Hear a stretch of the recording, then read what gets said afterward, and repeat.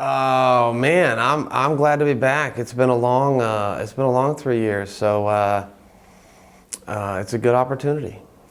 Does the whole process feel familiar to you? Is it a bunch of signposts that you encounter during the week that, this feels familiar, or is it new fighting for Bellator? No, there's definitely more similarities between Bellator and the UFC than there are differences.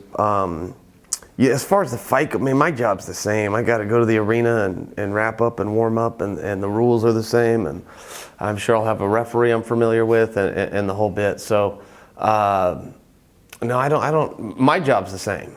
So Tito is basically, he just told us a couple hours ago, his theory is that he helped create you, basically. And he talks about this interaction he had with you after your Brian Stan fight, the Brian Stan win. He says he came backstage and basically said, "Hey, keep it up, Chael. Keep doing what you're doing." Any recollection of that? Yeah, I remember that whole thing, and that's a true story. He did, and it meant something too. I thought Tito did a very good job using his charisma, using his camera time wisely, and that was all that he said. He just said, "Keep it up." I wouldn't dispute if he feels attached to it, then I think good for him. He went out of his way and showed me a nice gesture, and I had a pass with Tito.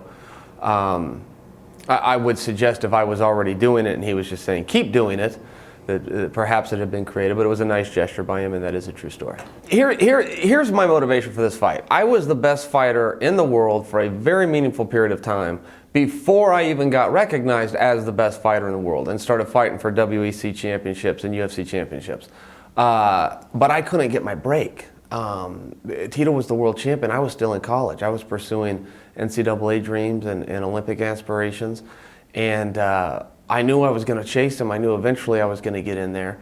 But for the NCAA, you only have X amount of years, and that clock doesn't stop. If you want to do that, you got to get out of the way. And the Olympics is similar, not rule-wise, but it does work that way. And so I was just delayed. And I told anybody that would listen, I can beat all of those guys. I told all of my friends, all of my teammates, all of my peers, I can beat all of those guys from that generation. If I was in there, those guys wouldn't be world champion. And they got a guy that was world champion that's walking around like he lost a bet. I would have stopped them all. And I'm either right on that claim or I'm not. And it's taken me 20 years to get here and find out. But one way or the other, on January 21st, I'm going to have that answer. Another one of the things he says is that him pumping up your confidence that one time was planting a seed so that you could one day be the star that you are today, and that he could fight you. Well, that's nice of him. I wouldn't know his motivations. I did think it was a nice gesture. He did go out of his way. And he had a career that I greatly admired. So if he had a master plan, then I guess it all worked out for him. This is an ass-whipping contest. I see guys sitting around all the time trying to talk about being experts in fighting.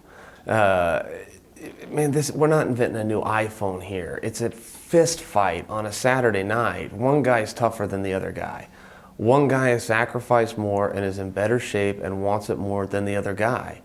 And your skills start to play into, you can talk about speed and footwork and all these, but those are so far down the list. Guys do that just to get jobs on TV and sound like they're smart. It's none of those things, man. One guy's tougher than the other guy. And I don't have a toughness problem. And I don't know that he does either. I think he's a very tough guy, but he's not me. Well, I don't think about the outcome as much as I do the performance. I want to go out there and perform well.